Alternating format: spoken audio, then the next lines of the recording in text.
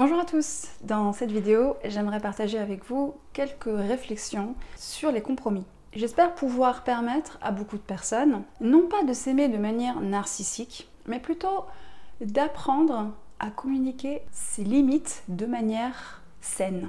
Mais avant de commencer, je vous invite à vous abonner, à cliquer sur la petite cloche pour avoir les notifications quand je publie une vidéo. Combien de fois j'ai entendu une femme me dire que les hommes adorent les chieuses? Ou encore, certaines femmes pensent que les hommes n'aiment justement pas les filles chiantes, mais vont faire tout l'inverse, elles vont se plier à leur moindre désir. Les hommes vont tolérer une nana chiante à condition que ce ne soit pas trop souvent. Mais ils pourraient largement s'en passer, parce que seuls les enfants font des caprices. Les hommes ont plutôt tendance à respecter les femmes gentilles, qui vont savoir les recadrer gentiment. Mais avant de se demander ce que les hommes veulent, je pense qu'il est important de se demander ce qu'on veut soi-même. Cela pourra nous permettre très vite de se rendre compte quand une personne n'est pas là pour nous apporter ce qu'on recherche. J'ai la vague impression que beaucoup de femmes ont du mal à se comprendre elles-mêmes, alors que c'est à peu près tout ce que demandent les hommes. Une femme qui se comprend elle-même pourra se faire comprendre en retour et deviendra une femme comprise. Mais beaucoup de femmes ont du mal à imposer leurs limites et se soumettent à la volonté des autres jusqu'au jour où ça pète. Ces mêmes femmes ressortent une histoire passée d'il y a 2 mois, parfois 2 ans, et le problème c'est que les souvenirs, ils sont plus trop exacts. Parfois l'émotion attachée au souvenir prend le dessus, ce qui peut nous pousser à déformer la réalité. Aussi, il est possible que notre partenaire ne se souvienne absolument pas du souvenir en question et ne puisse pas vraiment nous apporter les réponses qu'on attend. Et pour un homme, ça peut donner l'impression que ça sort de nulle part. Je vous invite donc à exprimer ce que vous ressentez sur le moment. Ça évitera de nourrir de la rancœur pendant trop longtemps et ça vous permettra d'apprécier pleinement le moment présent. Certaines femmes ont tendance à ressortir une histoire des mois après en espérant avoir le dessus. Elles vont nourrir un désir de vengeance qui n'a pas sa place dans une relation saine. Nous sommes censés vouloir le bien-être de l'autre. Et vous allez vous retrouver à vouloir vous venger de quelqu'un qui vous a fait mal, alors que cette personne s'est peut-être mal exprimée. Ou que c'est vous qui avez mal interprété. Il faut absolument en parler sur le moment. N'hésitez pas à demander « Que veux-tu dire par là ? Peux-tu élaborer s'il te plaît ? Peux-tu illustrer tes propos avec des arguments et des exemples ?» Ou encore « J'aimerais pouvoir voir les choses de ton point de vue. » Si vous n'en parlez pas sur le moment, vous risquez de comprendre ce que vous avez envie de comprendre et tomber dans le piège de la victimisation. Se victimiser permet de ne jamais se sentir responsable de quoi que ce soit, pas même de nos propres choix, de nos propres erreurs et de leurs conséquences. Ça sera toujours la faute à pas de chance et aucun dialogue ne sera possible. Si bien que c'est souvent comme ça que les ruptures deviennent inévitables. Se victimiser permet de faire de l'autre un ennemi, comme si la personne que nous avions choisie nous voulait toujours du mal. Parfois, nous choisissons des personnes sans nous rendre compte qui, effectivement, nous veulent du mal. Mais s'ouvrir au dialogue pourrait nous permettre de réaliser avec clarté que nous ne sommes pas dans une relation saine. S'ouvrir au dialogue peut aussi nous faire réaliser que la personne avec qui nous sommes ne veut que notre bien, mais que nous avons tendance à voir le mal partout. Pourquoi il nous arrive de voir le mal partout? Eh bien parce qu'il est difficile de concevoir que quelqu'un d'autre puisse vouloir notre bien quand on n'est pas capable de le vouloir pour soi-même. Quand tout ce qui nous anime dans la vie nous détruit aussi. Beaucoup de personnes recherchent le conflit pour avoir de l'attention. Et il y a d'autres personnes qui font exprès de manquer de respect pour voir notre réaction. Il faudrait éviter de tomber dans ce genre de piège parce que c'est destructeur mais surtout épuisant. Ces personnes se reposent peut-être un peu trop sur l'autre pour être heureuses et peuvent parfois souffrir de dépendance affective, que le conflit viendra nourrir et non pas guérir. Le conflit ne résoudra rien du tout, à part peut-être une partie de jambes en l'air un peu plus épicée que d'habitude, en guise de réconciliation sur l'oreiller. mais ça ne réglera absolument aucun problème sur le long terme. Parler de manière calme et détendue est aussi important parce qu'il ne faut pas chercher à blesser l'autre et ni le bombarder avec nos émotions.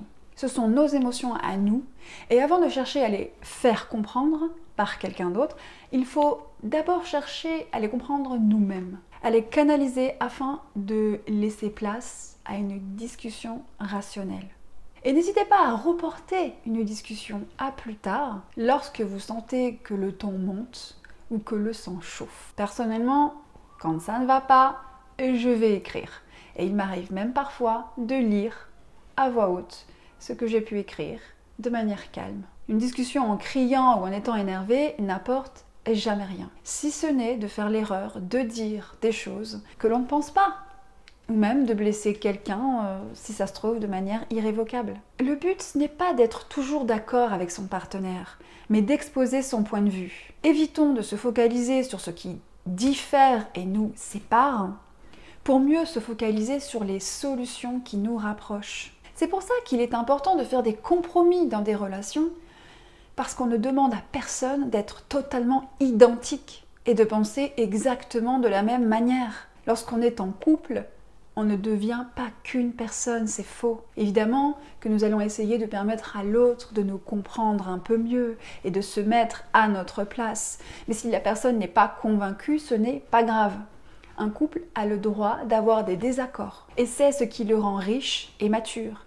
Un couple fait preuve de respect mutuel en respectant que son partenaire puisse penser différemment. C'est dans la différence qu'on trouve de la complémentarité. Aussi, en discuter calmement peut permettre aux deux partenaires de faire un pas vers l'autre, de sorte à ce que les deux se sentent gagnants dans une situation conflictuelle. Le but d'un compromis, c'est d'éviter que l'un des deux se sente lésé. Seulement pour que la personne soit au courant de ce que vous ressentez, eh bien, il faut le dire. Il est donc important de parler assez rapidement de ce qui vous préoccupe. Parce que si la personne que nous avons en face de nous n'est pas prête à l'entendre, il est de votre devoir de se demander si cette personne le sera un jour et de quoi cela devrait dépendre. Si la personne avec qui nous sommes ne pardonne pas, n'écoute pas, ne veut pas faire de compromis ni d'efforts, et tient absolument à vous convaincre que vous avez tort, sans chercher à rien comprendre, cette personne n'est peut-être finalement pas faite pour vous. Et le plus tôt vous vous en rendez compte, le plus tôt vous pouvez agir. La peur de perdre quelqu'un nous rend silencieux. Peut-être parce qu'on idéalise la personne, ou parce qu'on a peur de se retrouver seul. Parfois les deux. Certaines personnes préfèrent rester seules parce que pour elles, l'amour fait mal. L'amour fait mal parce qu'elles se disent qu'elles n'arriveront pas à convaincre les autres, qu'elles ont raison sur tout, et donc qu'elles finiront par se faire larguer quoi qu'il arrive.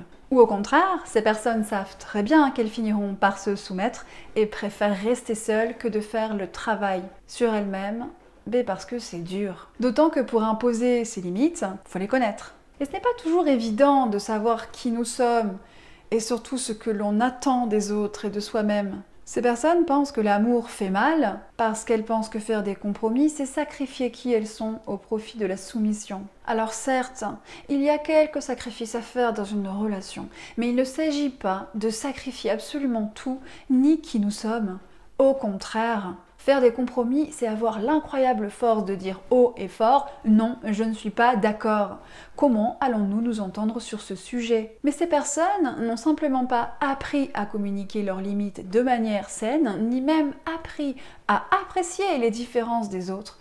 Sûrement parce qu'on n'a pas su apprécier les leurs. Alors ils ont souvent essayé d'entrer dans un moule. Le compromis ne doit pas être une bataille, parce que le but ultime est de trouver des solutions pour cohabiter ensemble et parvenir à ce que chacun y trouve son intérêt. Faire un compromis n'a pas pour but d'éliminer tout ce qui nous différencie, ni de nous effacer. Aussi, il est extrêmement important d'écouter ce que l'autre a à dire. Écouter avec attention.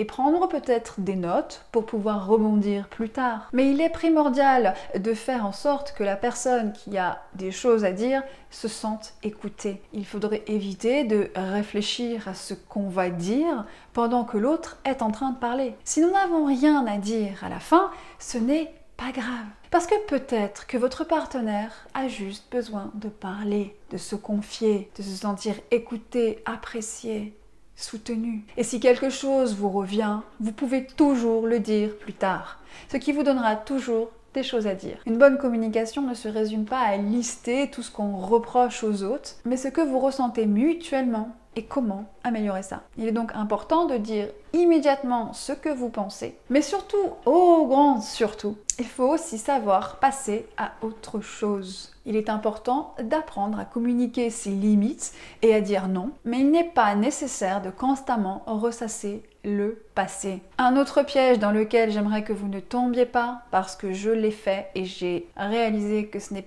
peut-être pas super intelligent, du moins c'est ce que j'en pense. J'évitais le conflit avec des personnes que je n'aimais pas et je continuais de marcher sur des œufs avec ces personnes-là. Et je faisais des efforts pour parler de choses simples. Et au contraire, je passais mon temps à prendre la tête à des personnes que j'aimais. Je voulais leur faire comprendre ce que je pensais et à quel point j'avais la bonne manière de penser.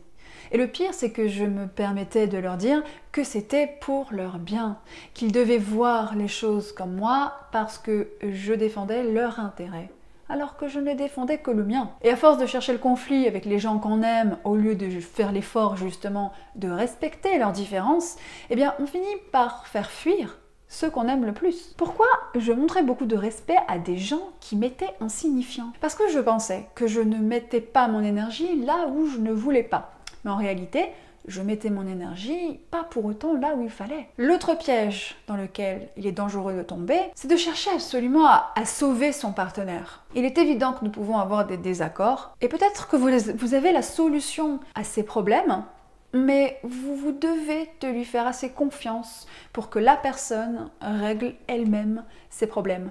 Autrement, c'est une relation de parent à enfant qui finira par se mettre en place.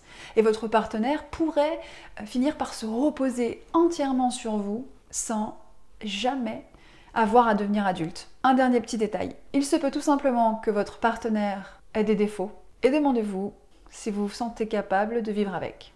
Voilà pour aujourd'hui. J'espère que vous avez apprécié cette vidéo. Ce n'est que mon avis. N'hésitez pas à me dire dans les commentaires ce que vous en pensez. Et je vous dis à très bientôt.